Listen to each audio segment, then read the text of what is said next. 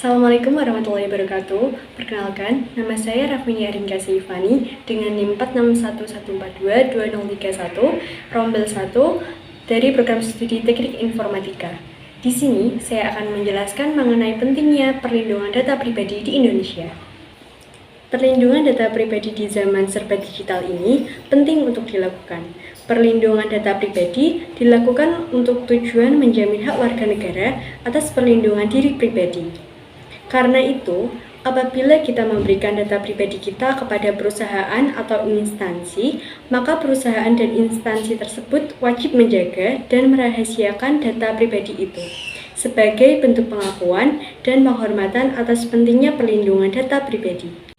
Di sini, saya mengkategorikan keamanan data pribadi. Yang pertama, dasar hukum perlindungan data pribadi. Yang kedua, faktor penyerangan data pribadi. Ketiga, jenis penyerangan data pribadi. Dan terakhir, pencegahan penyerangan data pribadi. Yang pertama, dasar hukum perlindungan data pribadi. Karena perlindungan data pribadi adalah hal yang penting dan wajib dilakukan, maka ada sejumlah aturan yang menjadi dasar hukum. Dasar hukum tersebut yakni, yang pertama, UU Nomor 11 Tahun 2018 tentang Informasi dan Transaksi Elektronik sebagaimana telah diubah dengan UU Nomor 19 Tahun 2016 tentang perubahan atas UU Nomor 11 Tahun 2018. Yang kedua, PP Nomor 82 Tahun 2012 tentang Penyelenggaraan Sistem dan Transaksi Elektronik. Yang ketiga, Permen Kominfo Nomor 20 Tahun 2016 tentang perlindungan data pribadi dalam sistem elektronik.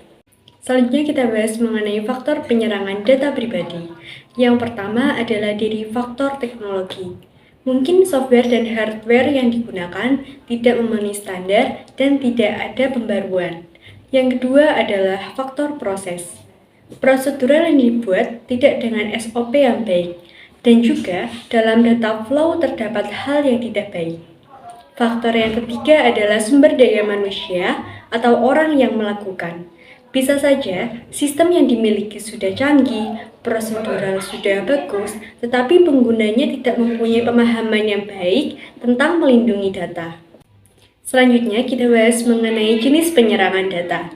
Yang pertama adalah phishing. Phishing merupakan jenis serangan data pribadi yang paling berbahaya. Seringkali, bentuk penipuan ini hadir dalam kampanye email dan pesan teks yang bertujuan untuk menciptakan keingintahuan atau ketakutan pada korban. Kemudian, penyerang akan mendorong korban untuk mengungkapkan informasi sensitif, mengklik tautan ke situs web berbahaya, atau membuka lampiran yang berisi malware. Yang kedua adalah spear phishing. Jenis serangan ini adalah versi penipuan phishing yang lebih terstruktur, di mana penyerang akan memilih individu atau perusahaan tertentu. Penyerang kemudian akan menyesuaikan pesan mereka berdasarkan karakteristik, posisi pekerjaan, dan kontak milik korban agar serangan mereka tidak terlalu mencolok.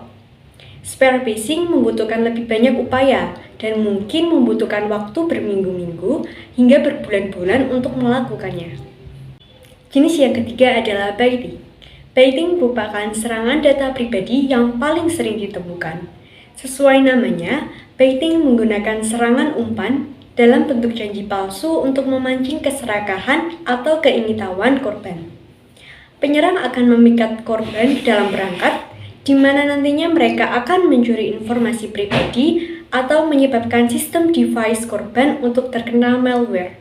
Jenis yang terakhir adalah pretexting.